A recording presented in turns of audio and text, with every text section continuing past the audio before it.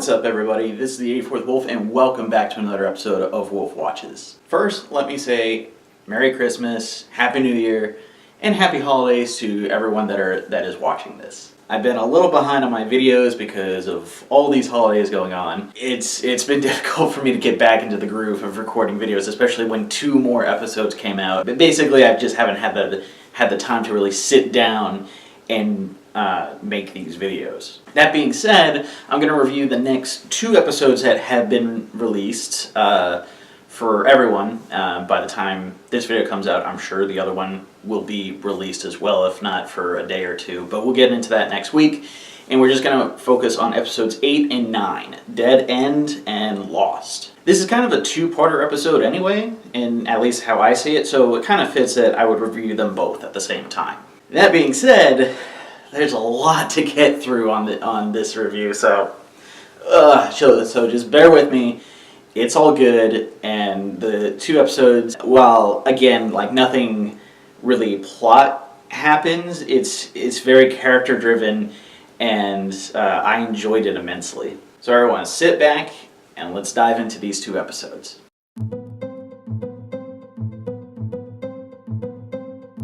So let's start off with Dead End. Where we last left off with RWBY, they had went to the Atlas military base, and they were trying to talk to someone to somehow get transferred to Atlas. And by the time they got there, they weren't even open to talking to them. They just immediately shut the door in their faces, and it picks up right after that point. So Yang is kind of yelling at them like, hey, can't you just talk to us? And then these 2 weird guards, they're identical, they have these weird pointy hats, you can't see their faces, they're just there for comic relief, and it shows pretty well in the next couple of minutes. They seem like twins. I don't know if that's actually canon or if it's just this is the Atlas military, this is what they're like. But they are overly zealous and kind of I guess they're sticklers to rules and stuff like that. So Crow just kind of says, well, we have the heiress here, Weiss. We're trying to get her home, maybe we can talk to someone about, procuring passage. And this is just something that was brought up before about how they were going to get to Atlas, and Weiss was very uncomfortable, and she's very uncomfortable about it now. But she knows that this is basically for the mission, and she kind of steps forward. The guards kind of look her over and say, all right, well, we can't make that decision, but let me go get the boss of the installation. So Maria is thinking about it. It's the last time I was here, there was a certain CO that was guarding this area, and I might know her. And Ruby's like, oh, well, that might be good. And then Maria is just like, oh no, she's like an enemy. And the reason why they're enemies is because when Maria used to travel to Atlas to get her eyes fixed, she brought on cashews, and apparently that's illegal, or just not in the rules. So obviously this CO is a stickler for all the rules of whatever job she's doing, doesn't give an inch no matter what happens. But really? Cashews? This seems like a dumb explanation to impede RWBY's progress, and I wish it was a little bit more serious than that. So yeah, cashews cause this rift between those 2. But Caroline is just as small as Maria, and she quickly establishes herself as basically her mortal enemy. RWBY tries to kind of diffuse the situation and be like, hey, we wanted to talk to you about maybe getting to Atlas, and she just immediately shuts her down. And it's like, yeah, your friends were, those friends over there that aren't coming anywhere near us, we're talking about it before, there's no way we're letting you go through. So there's a couple of reasons why she's being kind of a bitch. Part of it is basically this is her station, and she was giving explicit orders not to make any exceptions to traveling to Atlas. And she is devoted, she is very strict, and she sees Ironwood as this infallible, courageous man who can never make a mistake, just this blind devotion. And she has a very low opinion of pretty much anyone that's not from Atlas or in the military. Like, she goes on to explain that, you know, the people of Argus kind of like want things done for them by the military. Not saying that, but kind of implying that, and kind of implying that they wouldn't be where they were if Atlas wasn't there. And while that may be true, you know, dozens of years ago, they have a symbiotic relationship, and they both sides need to work together to make the city run, essentially. But she goes on to say that, like, the troops that Atlas gives, the security that they provide, because it's such an important port to Atlas, as gifts. And she sees the people of Argus, the people of Mistral, are just kind of like taking advantage of them and their defenses. She also goes on to reveal that she has a huge ego and basically said, "The Atlas military has appointed me, for I have the brains, the strength, and the tenacity to hold this fort." Maria kind of says aside, is like, well, you know, maybe you're here because nobody wanted you in Atlas.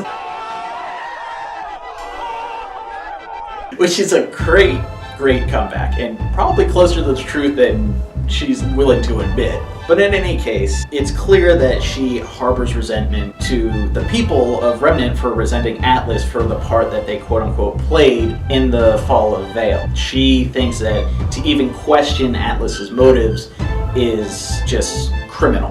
She then goes on to say, well, okay, we can take Weiss back to Atlas if she's come to her senses, but we're not going to allow her to bring her friends, especially people with questionable backgrounds. And she looks directly at Blake when she says this, clearly pointing out that she's a Faunus, we're not going to let her on board. And I actually kind of like this scene because I've kind of forgotten like how badly Faunus are treated. Like, we saw a little bit in the school and a little bit with, I guess, a little bit with Sun back in Volume 1. But we spent a good part of the last volume in Menagerie where everyone was equal because everyone was a Faunus. But I forgot like how badly they're treated on the outside world. A member of one of the strongest military in the world is just biased towards Faunus, and it's obviously, you know, it's not isolated. It's a huge problem. So Weiss basically says, you know, she actually stands up to Blake and says, what do you mean by that? But at this point, Caroline just is done with the conversation and just shuts the gate in her face. And again, I love the fact that Weiss stands up for Blake, because if you remember back in Volume 1, she was just as biased. So it's shown she's grown as a character. It was an obvious move that the writers of RWBY obviously took, but it was appreciated all the same. So then they kind of like regroup, and RWBY again telling Weiss that we will find a way for everyone to get to Atlas and we will not separate, I promise. RWBY, you tempted fate once with that promise. You are just begging for something terrible to happen when you get to Atlas about Weiss and separating from everybody. You've done that twice now. Stop doing it. So RWBY and Juniper want to plan their next move, but Crow has already given up and started walking away from them. RWBY actually chases him for a second and said, well, we want to include you in our plans. You know, please stay with us, but Crow is just not having it and walks away. Team Juniper wonders, well, what the hell happened to Crow? And, all right, we'll just ask Osmond. But this has been an awkward situation. Team Juniper doesn't know about the whole story. So now this is the part where RWBY has to break it down about what happened. Fortunately, all that happens off screen, so we can just move on to the reactions of Juniper. And they are a little upset. In fact, the next scene, it shows Jean just punching a wall, leaving a dent in it back at his sister's house. I wonder if Sapphire is going to say something about that in a future episode. But pretty much they are at the point where RWBY was, the team RWBY was, with the reveal of Oz's background, and they're just wondering, what can we do about it? Believe it or not, Oscar actually tries to stand up and tries to basically say, you know, well, we don't know what we're doing, but we still have a responsibility to get the relic to safety. But at this, Jean gets even angrier, and he begins to question if Oscar is even really Oscar. Do we know that Oz hasn't just taken him over and is saying everything that he's trying to convince him to stay on path. He actually takes Oscar and pushes him against the wall, basically says, you know, how can we trust you?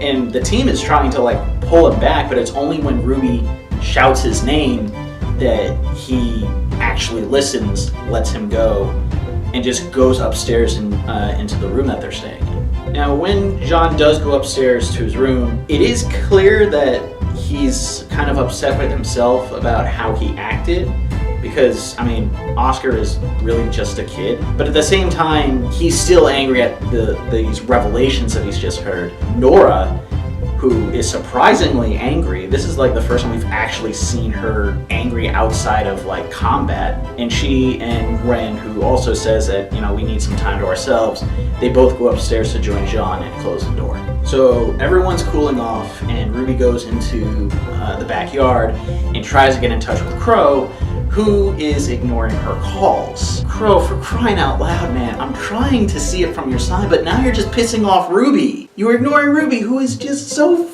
sweet! Leave her alone! Give her the time of day! Well, RWBY's upset, so she basically throws her phone into the grass because Crow's being a dickhead. And it turns out Maria was already in the garden, wanting to get away from everyone herself. So to kind of get them out of the funk, Maria offers to talk about her silver eyes and what they can do and their limitations. She goes on to explain that her father trained her, but even he didn't know too much on the subject himself. Her father actually comes to the hypothesis, which is probably true, that one of the reasons why silver eyes are so rare, both in documentation and in actual people having it, is because people are hunting them down. RWBY comes to the summation that, you know, since she's been around forever, Salem is probably the one picking them off. On a side note, while Maria never attended these big fancy schools that were around like Beacon, she was definitely one of the strongest contenders to take the Huntsman exam and pass. And she reveals that her semblance is something that she calls reflex. As far as I understand, her semblance reflex is sort of just a hyper-awareness of her surroundings. She can't see things coming, but she can notice tiny movements and feel vibrations around her, or something along those lines, to be a lot more aware of her surroundings. It's almost like precognition, but without actually seeing the future. So RWBY actually asks, you know, how do I use my eyes to vaporize Grimm? And Maria just like knocks her in the head and says, first, you gotta stop thinking like that. Maria does reveal that it's emotional, the release of the power, but it has limitations. First, it obviously can only be used on Grimm, but because it only activates in the presence of Grimm, there's no way to practice it. It will be a trial by fire, as she describes. And then the second condition, which I think is very interesting, the person using the power can't be seeing the ability as a way to hurt Grimm, but more of a way to protect the people that they care about and protect life in its very essence. It's a difference between seeing your power as a shield and not a sword. And actually she reveals that the power of Silver Eyes themselves came from the God of Light. Which you saw the flashback of Salem's story, the God of Light uses the power to attack the Grimm while he was visiting his brother Darkness. So while Maria's explaining all this, there's only one question that RWBY has, and that's, well, why did my eyes activate when Cinder was around? Well, they obviously don't know why. We know it's because Cinder does have Grimm powers. Either because of this parasite Grimm that she uses to take the Maiden's powers away, or it's just the fact that she has grafted a Grimm arm to her. Now, whether or not these are two separate entities of Grimm, or if the arm is purely the only thing that is affected, I don't know for sure at this point, but I like to think that it's the parasite Grimm holding in the Maiden powers is inside Cinder's body. So right after that, the episode ends with teams Juniper and RWBY coming back together, but before they can discuss anything, everyone realizes that Oscar isn't there anymore, and they're wondering where he went. So that brings us to the end of episode 8. Let's go ahead and jump straight into episode 9. So the episode opens with Emerald and Mercury kind of just waiting for news, waiting for orders, and they're talking about how they're being kept in the dark. When they had Cinder, she kind of she kind of still kept them in the dark, but she let them know what was going on behind the scenes. And it turns out that Salem is even preventing that. Whether it's because they failed her before, or she just doesn't think that they're important enough to know, is a little debatable right now, but I'm thinking it's the latter. But then Emerald asks Mercury kind of a question that we've been wondering: why did he join? We know Emerald followed Cinder because she saw more of a family bond between the two, even though it probably doesn't exist. But we don't really know much about Mercury in general. All we know is that he killed his father. So Mercury just kind of says, it just made sense at the time.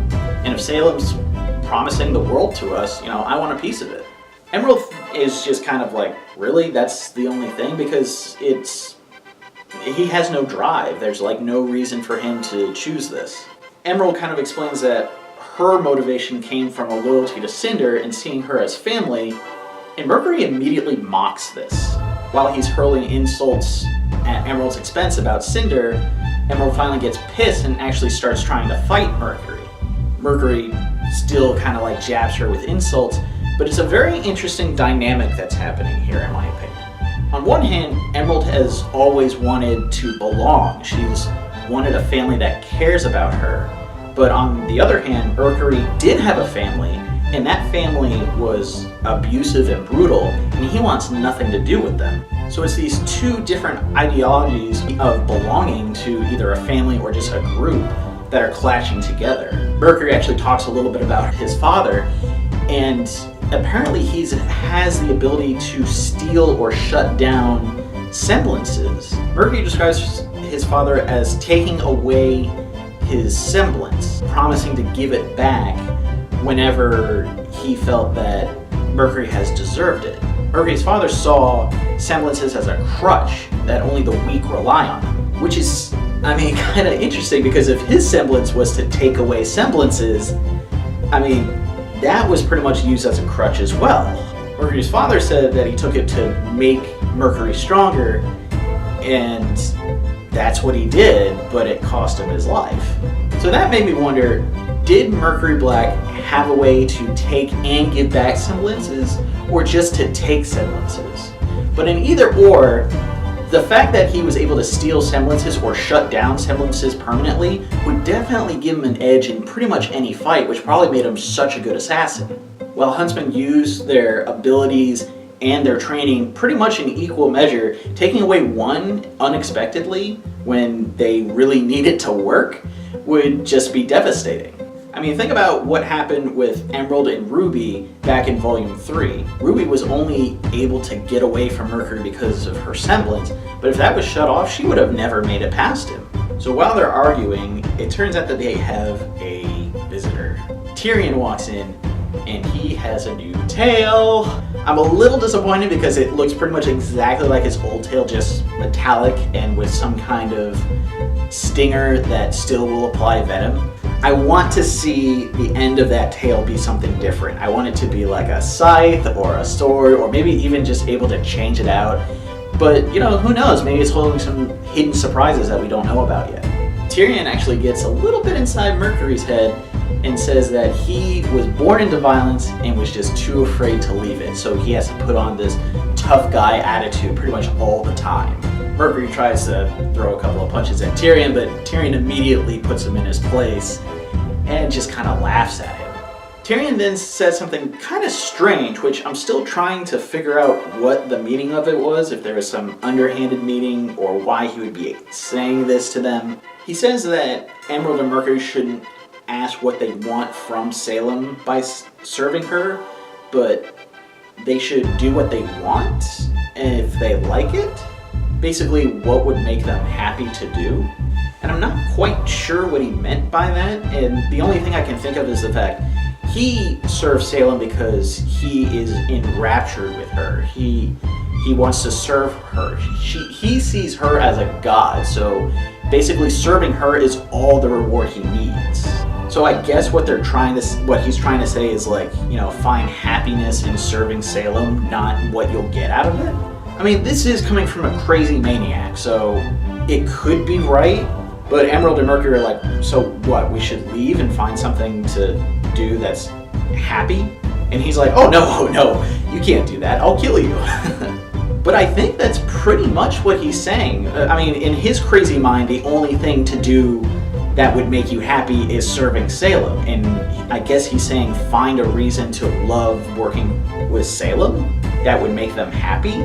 But the fact that that's his only drive makes it impossible for Emerald and Mercury to say, okay, yeah, we love this too. But anyway, he and Watts are going to Atlas to keep Atlas and Vacuo kind of divided. They're a little scared that Ironwood might come to his senses and communicate with the outside world, and they don't want that happening. They want them as divided as possible. But Tyrion leaves on that very strange suggestion that they find something to do that makes them happy. So then we cut back from that weird thing to Juniper walking the streets looking for Oscar. Sapphire follows them for a part of the way, and she kind of just says, like, I'm sorry you can't get to Atlas, but maybe you can just go to school here, graduate, and then just be huntsman here. And Team Juniper is like, well, we can't, and we can't really tell you why that is. Like, they don't say that, but it's like they're avoiding the question, they're avoiding the whole thing. They basically say, it's not that simple. And Sapphire knows that something else is up, but she doesn't pry. She just kind of I guess she just kind of lets it go, and it's just like, well, if they can tell me, they'll tell me, but obviously there's something much bigger going on, but they're uncomfortable with telling me, which is a pain in the ass, man. Like, I want John to confide in somebody. And I'm only saying John because it's his sister, but she splits off to go pick up her son. Ren and Nora actually split off for a minute to go get everyone coffee, and John just kind of sits on a bench and just tries to take in what has been going on. So after a minute, he gets up and wanders into this park. And dear God, the reason he walks into the park is because he follows a leaf, and it looks like the same leaf that was in the whole Pyrrha scene in Volume 3. And I was just like, oh shite! There's gonna be something with Pyrrha, isn't there? And there is a statue in commemoration of Pyrrha in the park. And in my head I was like, oh because I knew something big was gonna happen, and I've been begging for this moment for a while. If anyone was to blame themselves for what happened at Beacon, it would have been John, because he was not strong enough to stand next to Pyrrha and fight off Cinder. I fully expected him to blame Ozpin, which was probably part of the explosion that he had in the previous episode, but we still haven't seen the complete fallout of that. So he's standing there looking at the statue, he's about to go, and he hears someone come up next to him, and it's a woman in red hair with green eyes and glasses, looks like Pyrrha. It's her goddamn mother. She has a bouquet of flowers that she wanted to leave at the goddamn memorial. It's like, oh God, I needed a few moments. I mean, it was just too perfect, unexpected, and it was something that needed to be done. So Pyrrha Mother explains that because she was from Argus, she was the champion at Sanctum, and apparently she was just really popular. She was Argus's hero in school. She was their top student. And they were all bummed when she went to Beacon instead, and now with the news that Beacon has fallen, and I guess it was confirmed that she died, or it was just one of those things like she was never recovered, that they dedicated a freaking monument to her. And I really hate the internet, because there's a bunch of people that kind of draw similarities to the fact that it's a little cliche. The flowers that her mom carries are a symbol of reincarnation. She looks a lot like Pyrrha. That this wasn't actually her mother, but just kind of John's conscious trying to justify things, essentially. And I hate those people. And I don't believe that's true, because eventually the woman does disappear suddenly, but the flowers are still there, so I don't see a reason why this would be true. And screw that person for putting that in my head. But her mother goes on to explain that she was very proud of her.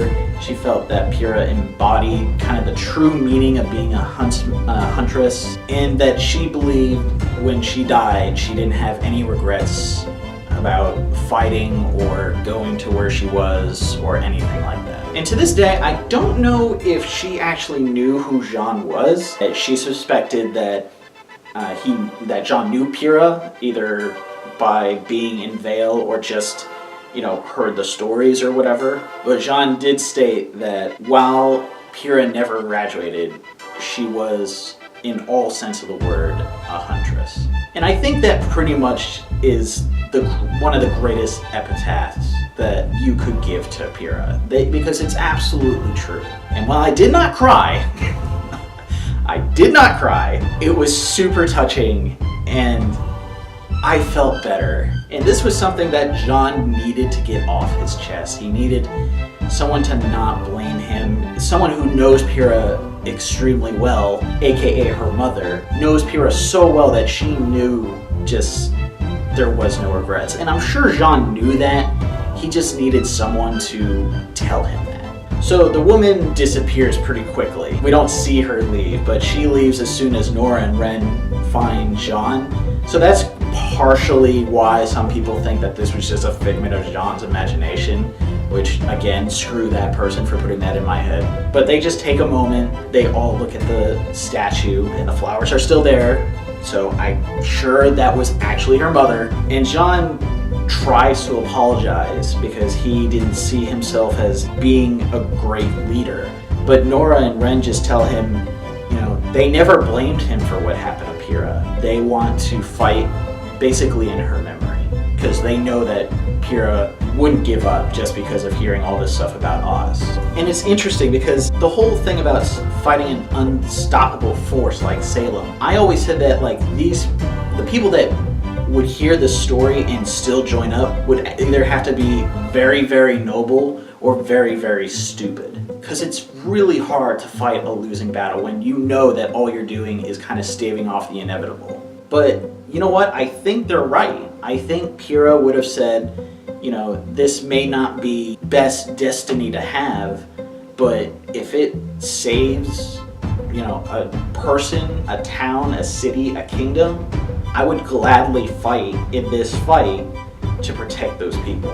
And if I happen to die during that, I would hope that people follow my example and protect what's precious to them as well. That is a lot to unload in the week that I've had to digest it. So then the three of them confirm that we can fight like Pyrrha is still with us. And in a way, she still is. So not necessarily we're going to help Oz, but we're still going to pick up where Pyrrha left off and try to protect as many people as possible, which would include helping Oz and maybe even defeating Salem. So now we jump back to the house. Everyone kind of converges, and they discover Crow has been drinking and is passed out on the front steps. But once everyone kind of all right, let's get him up and get him inside, we'll have to look for Oscar in the morning. The door opens, and who should be there but Oscar. He had gone out and gotten new equipment, new clothes. Where did he get the money? But everyone is just really happy to see him.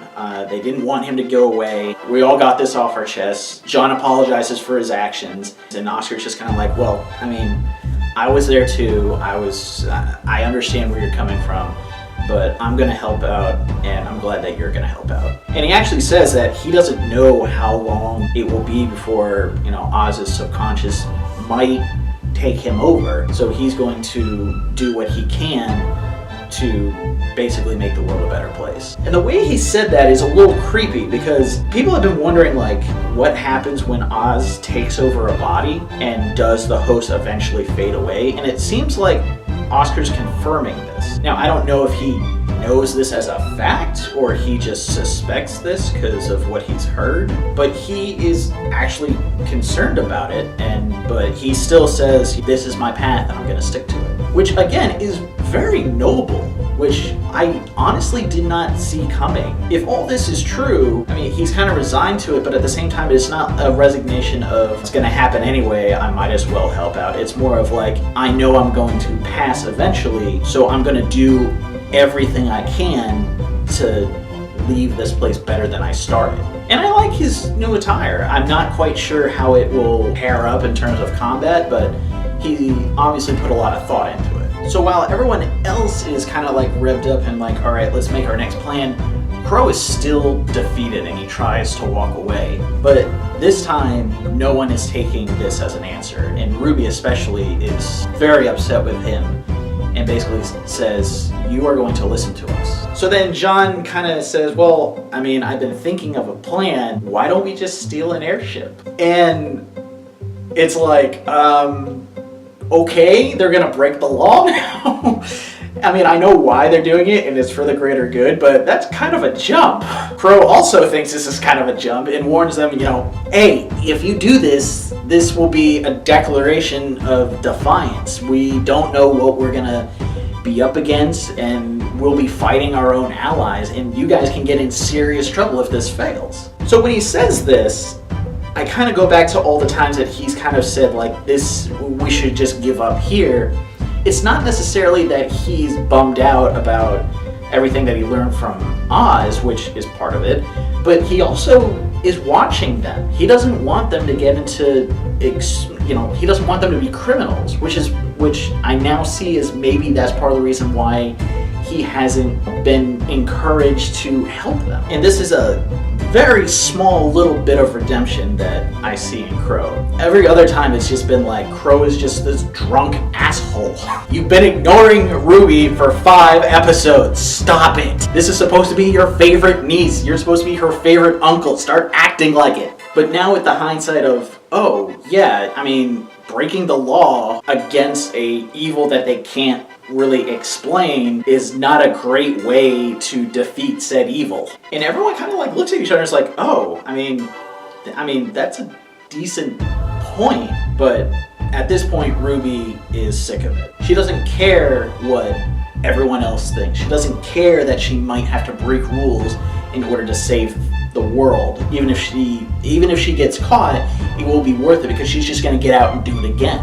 And she just says to Crow, I don't care what you think, which is like, holy crap. And even Crow is just like, whoa, I up. He is so used to RWBY and Yang looking up to him that hearing RWBY basically say, I don't care what you think if we can't do it, is kind of a wake-up call to him, I think. RWBY explains that they have fought, dozens of battles without a teacher to hold their hand. I mean, even in the first volume of RWBY, they fought a Deathstalker and a Nevermore without any teacher's help, and that was kind of big. And then there's the whole thing with, Roman Torchwick, other battles with Cinder, other battles with other students, other battles with the goddamn Grimm, like the Apathy, which Crow did nothing. But RWBY basically says, we're gonna do it our way, and if you want to join us, that is up to you. And that is a big moment. This is RWBY taking charge. This is basically a transition of power from Crow, who was kind of like the de facto leader after Ozpin kind of bailed on them, even though he did a shit job of it. But it's going from Crow to RWBY. And he could be taking cues from RWBY from now on, which is interesting because Crow is a lone wolf, he's a professional huntsman, but he's going to follow RWBY's lead. And of course, that's where the episode ends. Mother. So the new episode airs out tomorrow. I'm probably not going to get this video edited and fixed by then, but I will put it out in the next couple days. But I am really excited about what's going to happen. Now, I don't know Jean's plan, but I'm liking the fact that he has kind of reinserted his role as a strategist. Because everyone says that that's what he's good at, but we haven't seen too much of it. We saw a little bit in the first 3 volumes, we saw a little bit in volume 4, we didn't see, I think, any of it in volume 5. But I like the fact that they're kind of going back to him as a strategist, and I want this to be like, it won't be his first official plan, but this will be the first plan in fighting a foe that isn't a Grimm. And the only thing I can think of right now is somehow using Weiss as bait, which is kind of funny because of their relationship. But I'm thinking that since they said that they would take Weiss to Atlas, why don't they send her ahead? She gets on the airship, the rest of the team sneaks in unnoticed, and then they take over the ship. That's what I'm thinking. And I'm sure there's going to be like some part where almost everything is screwed up, but then Crow appears at the last second and it shows that, yes, I'm following Ruby's lead. That's how I see it happening. I don't know if it's true, and we'll find out in the next episode. I'm super, super, super excited. And there's only 4 episodes left after that. Okay, Rooster Teeth, perfectly honest here, but I think you should extend your episode list. 14 episodes is not enough. We need to expand. And I know that's a shitload of more work for you, but it needs to expand. But anyway, that wraps up this week of my 2 episodes. I can't wait to see the next one. So until then, this is the A4th Wolf, and I'll see you guys next time.